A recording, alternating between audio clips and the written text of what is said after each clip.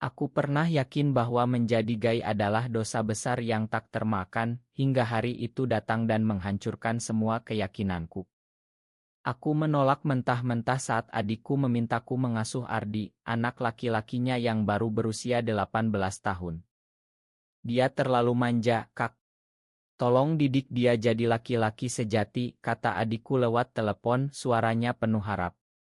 Aku, Rea, 35 tahun, hidup sendirian di rumah sederhana di pinggiran Yogyakarta. Aku bekerja sebagai guru SMA, dihormati tetangga karena saleh, sering jadi imam salat di masjid kampung. Tapi di balik itu semua, aku menyembunyikan rahasia yang membuatku membenci diri sendiri. Aku menyukai laki-laki. Sejak remaja, aku berperang melawan perasaan itu, berdoa setiap malam agar Allah mengubahku. Aku tak pernah menyerah pada godaan, tak pernah menyentuh siapapun. Aku yakin jika aku teguh, suatu hari perasaan ini akan hilang. Adikku, Rina, tahu aku keras. Suaminya meninggal 2 tahun lalu, meninggalkan Ardi yang semakin pendiam. Ardi butuh igur ayah, Kak. Kamu kan laki-laki satu-satunya di keluarga kita sekarang. Aku menolak. Aku takut tak bisa mendidiknya dengan benar, kataku bohong. Sebenarnya aku takut dekat dengan anak muda. Takut melihat Ardi yang mulai dewasa membuatku tergoda, membuatku semakin benci pada diri sendiri. Tapi Rina memohon terus. Akhirnya aku mengalah. Ardi datang dengan tas besar, wajahnya polos, mata hitamnya dalam seperti sumur tua. Terima kasih Om Rea, katanya sopan. Aku mengangguk kaku. Dari hari pertama aku langsung tegas. Di rumah ini kamu harus bangun subuh, salat berjamaah, membantu pekerjaan rumah. Tak ada main game sampai larut malam. Ardi nurut saja, tapi aku lihat matanya sering melamun. Kami tinggal berdua di rumah kayu tua warisan orang tua. Pagi-pagi aku ajak dia ke masjid. Siang aku periksa nilai-nilainya yang jeblok. Malam aku ceramahi tentang pentingnya jadi laki-laki tangguh, punya istri, punya anak. Jangan seperti anak muda sekarang yang lemah, tak punya prinsip, kataku suatu malam, suaraku lebih keras dari yang kuinginkan. Ardi hanya mengangguk, tapi aku lihat ada sesuatu di matanya, seperti rasa sakit yang disembunyikan. Beberapa minggu berlalu. Ardi semakin pendiam. Dia jarang cerita tentang sekolah, jarang tertawa. Suatu hari aku pulang lebih awal, mendengar suara tangis pelan dari kamarnya. Aku mendekat, pintu sedikit terbuka. Ardi duduk di lantai, memeluk lutut, air mata mengalir. Di tangannya, ponsel yang layarnya menyala. Aku tak melihat apa, tapi hatiku berdegup kencang. Aku mundur, tak berani masuk. Malam itu aku tak bisa tidur. Aku teringat masa remajaku sendiri, tangis sendirian di kamar, doa yang tak pernah dijawab. Keesokan harinya aku lebih keras lagi. Kamu harus belajar keras, Ardi. Jangan cengeng seperti perempuan. Kata-kataku menusuk, tapi aku tak bisa berhenti. Aku takut jika terlalu lembut, rahasiaku akan terbuka. Ardi mulai menghindar. Dia pulang larut, bilang les tambahan. Aku curiga, tapi tak bertanya. Sampai suatu malam hujan deras, Ardi belum pulang. Aku gelisah, keluar mencari dengan payung. Di warung kopi dekat terminal, aku melihatnya duduk sendirian, basah kuyup, wajah pucat. Kenapa tak pulang, tanyaku kasar. Dia menunduk. Ma, Om. Di rumah, aku marah besar. Kamu bohong. Les apa sampai malam begini? Ardi diam saja. Aku rebut tasnya, mencari tahu. Di dalam ada buku catatan kecil. Aku buka dan jantungku berhenti berdetak. Di halaman-halaman itu Ardi menulis puisi tentang cinta pada teman laki-laki di sekolahnya. Kata-kata penuh kerinduan, penuh rasa bersalah. Aku duduk lemas. Semua keyakinanku runtuh. Anak yang kujude sebagai belum laki-laki ternyata sama sepertiku. Pagi berikutnya, aku tak bisa menatap Ardi. Buku catatannya kusimpan di laci, tapi kata-katanya membakar pikiranku. Aku yang selama ini menganggap diri sendiri berdosa, kini melihat cermin di depanku. Ardi makan pagi dalam diam, matanya sembab. Aku ingin bicara, tapi kata-kata macet di tenggorokan. Sepanjang hari di sekolah, aku tak fokus mengajar. Murid-murid bertanya ada apa, aku hanya tersenyum paksa. Pulang ke rumah, Ardi sudah tidur lebih awal. Aku duduk di teras, menghisap rokok yang jarang kulakukan. Langit Yogyakarta gelap, hanya suara jangkrik dan adzan maghrib yang bergema. Aku teringat masa kecilku di kampung yang sama. Saat remaja, aku jatuh cinta pada teman sekelas, Budi. Kami sering bermain bola, mandi di kali bersama. Perasaan itu datang pelan tapi membuatku takut. Aku berhenti berteman dengannya, memilih menyendiri. Orang tua bilang aku pendiam karena rajin belajar. Padahal aku berperang setiap malam melawan mimpi basah yang salah arah.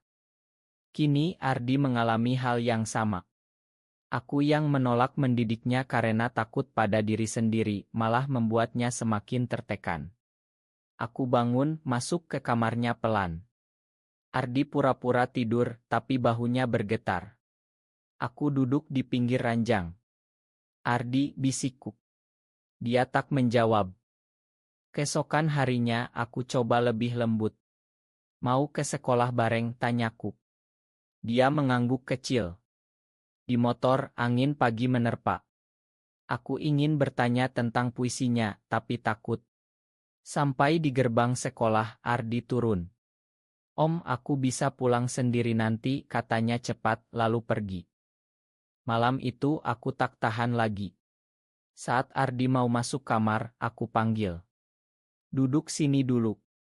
Dia duduk di sofa, tangan memilin baju. Aku tarik napas dalam. Om tahu kamu lagi susah. Matanya langsung berkaca. Om lihat catatanmu. Ardi menunduk dalam, air mata jatuh. Ma, Om. Aku nggak mau begini. Aku sudah coba berhenti mikirin dia, tapi nggak bisa. Suaranya pecah. Aku terkejut mendengar kejujurannya. Dia siapa? Teman sekelas, namanya Dio. Kami deket, tapi aku takut kalau dia tahu. Ardi menangis terseduh. Aku ingin peluk dia, tapi tanganku kaku. Kamu salah nggak, Di, kataku pelan. Dia menatapku terkejut. Tapi Om selalu bilang laki-laki harus suka perempuan. Aku diam lama. Om dulu juga begitu. Kata itu keluar tanpa kusadari. Ardi membelalak. Om. Maksudnya. Aku cerita pelan tentang Budi, tentang doa-doa yang tak dijawab, tentang kebencian pada diri sendiri. Ardi mendengar tanpa berkedip. Saat selesai, kami diam berdua. Hujan mulai turun lagi di luar. Om benci diri sendiri karena ini, kataku akhirnya. Makanya Om keras sama kamu. Om takut kamu jadi seperti Om. Ardi menggeleng. Tapi Om baik, Om. Om guru yang disukai murid, Om rajin ibadah. Aku tersenyum pahit. Luar saja yang kelihatan baik. Sejak malam itu hubungan kami berubah. Ardi lebih terbuka. Dia cerita tentang Dio, tentang rasa takutnya di sekolah. Aku dengar saja, tak lagi menghakimi. Tapi dalam hati aku masih gelisah. Aku takut jika terlalu dekat, perasaanku yang lama tertidur akan bangun. Hubungan kami semakin akrab, tapi juga semakin berbahaya bagiku. Ardi sering cerita panjang lebar tentang hari-harinya. Dio ini, Dio itu. Aku tersenyum mendengar, tapi dada sesak. Aku mulai sadar, perasaanku pada Ardi bukan lagi seperti Om pada keponakan. Ada kehangatan aneh saat dia tertawa, saat dia duduk dekat di sofa. Suatu sore, kami ke sawah belakang rumah. Ardi suka oto-oto padi hijau dengan ponselnya. Om, lihat ini bagus kan, katanya, menunjukkan layar. Jari kami bersentuhan sebentar. Aku tarik tangan cepat, pura-pura batuk. Malamnya, aku tak bisa tidur. Aku salat tahajud, memohon kekuatan. Tapi semakin aku tolak, semakin kuat godaan itu. Ardi mulai berani bertanya tentang perasaanku dulu. Om pernah pacaran sama cowok? Aku geleng keras. Jangan pernah, Di. Itu dosa. Tapi kata-kataku tak lagi meyakinkan, bahkan untuk diriku sendiri. Konflik datang saat Rina menelepon. Ardi bilang dia senang tinggal sama kamu, Kak. Nilainya naik, lebih rajin salat. Aku senang, tapi juga takut. Dia baik-baik saja, Rin. Beberapa hari kemudian, Ardi pulang dengan wajah memar. Kenapa? Tanyaku panik. Dia diam lama. Akhirnya cerita, dia tahu perasaannya dari teman yang menggosip. Dia marah, bilang jijik. Teman-teman mengejek Ardi di sekolah. Ardi menangis di pelukanku. Aku peluk dia erat, pertama kalinya. Tubuhnya hangat, bau sabun murah. Hati berdegup kencang. Tenang Om, ada di sini, bisikku. Tapi saat itu juga aku sadar betapa salahnya. Malam itu setelah Ardi tidur, aku keluar rumah. Aku jalan jauh ke kali, duduk sendirian. Aku hampir menyerah pada perasaan terlarang itu. Tapi aku ingat puisi Ardi penuh rasa bersalah yang sama sepertiku dulu. Aku tak boleh jadi orang yang merusaknya. Keesokan harinya aku tegas lagi. Kamu harus lupakan Dio. Cari teman perempuan. Ardi kecewa. Om janji nggak menghakimi. Aku marah pada diri sendiri.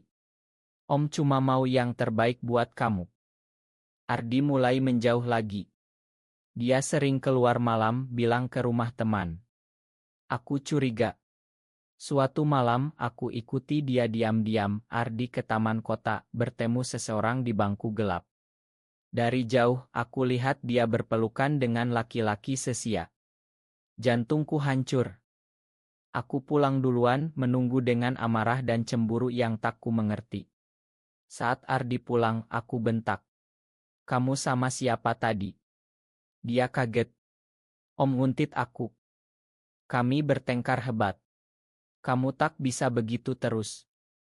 Nanti orang tahu, keluarga malu, teriakku. Ardi menangis. Om munaik. Om sendiri sama seperti aku. Kata itu menusuk dalam. Aku tampar dia pelan. Ardi lari ke kamar, mengunci pintu. Aku menyesal seketika.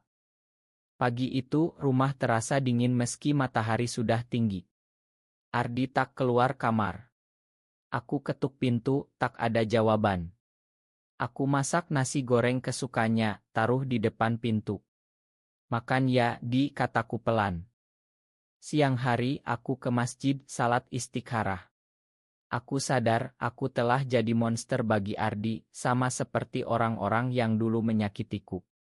Pulang, Ardi sudah di ruang tamu, mata merah. Om, aku mau pulang ke Mama. Hatiku sakit. Jangan dulu. Kita bicara baik-baik. Kami duduk berhadapan. Aku minta maaf atas tamparan. Ardi cerita tentang cowok di taman itu hanya teman dari komunitas online yang sama-sama gay, saling curhat. Aku takut sendirian, Om. Di sekolah semua benci aku sekarang.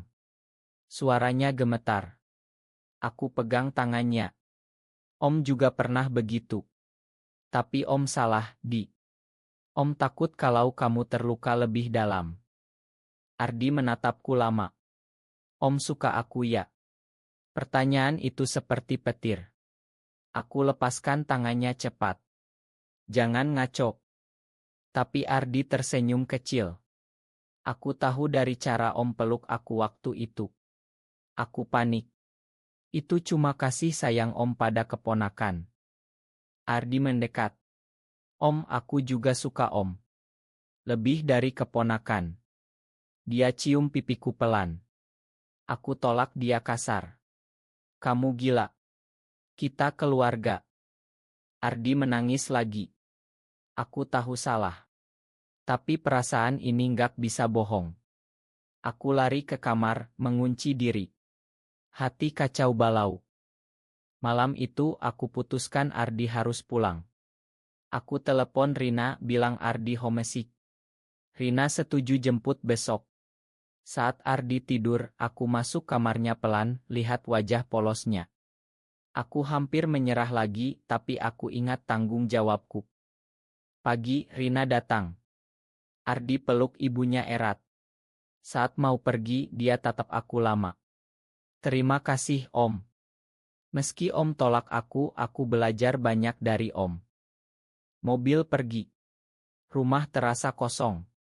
Aku duduk di teras, menangis sendirian pertama kalinya setelah bertahun-tahun.